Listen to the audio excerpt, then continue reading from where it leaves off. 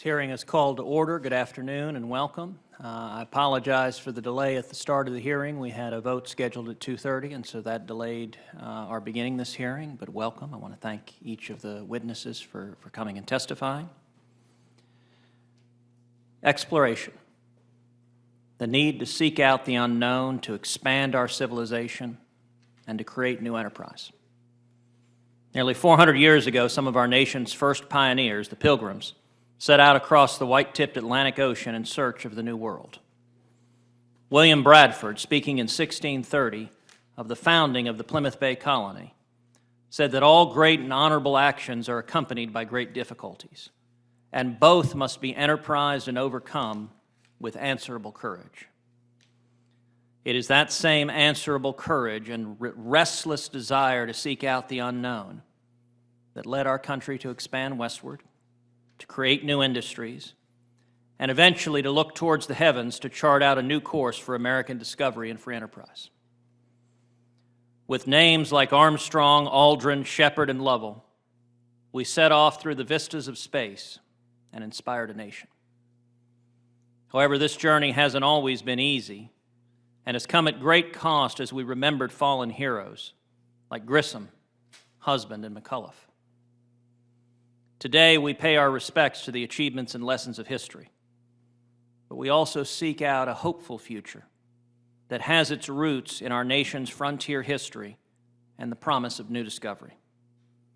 We have come together in this committee room to reassert American leadership in space. My priority for this subcommittee is to ensure that the United States remains the leader in space exploration in the 21st century. We began last year by committing our nation to fostering the continued development of strong commercial space sector through the passage and enactment of the U.S. Commercial Space Launch Competitiveness Act. Now we look to build on that foundation by focusing NASA's energies on continuing to make progress in exploring space and redoubling its partnerships with the private sector. Human space exploration and innovation are integral to the mission of NASA. That's why this subcommittee will work to provide NASA with the security and stability that is necessary as the agency transitions from one administration to the next. And I look forward to working with Ranking Member Peters throughout this process. We have unfortunately seen what can happen to NASA and the spirit of its employees when worthy missions and programs are clouded in uncertainty and cancellations.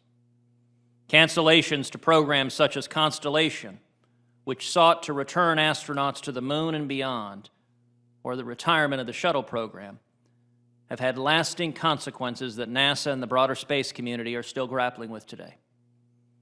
These cancellations have left our country completely dependent on the Russians to get American astronauts to and from low Earth orbit at a cost of $82 million per seat. If we can keep NASA on its current path, it is likely that the Commercial Crew program will finally launch American astronauts from U.S. soil by the end of 2017.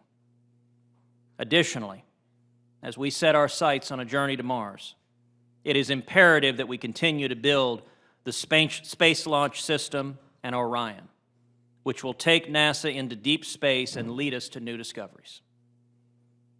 Our path forward is not easy, but it is necessary for the future of our American space program.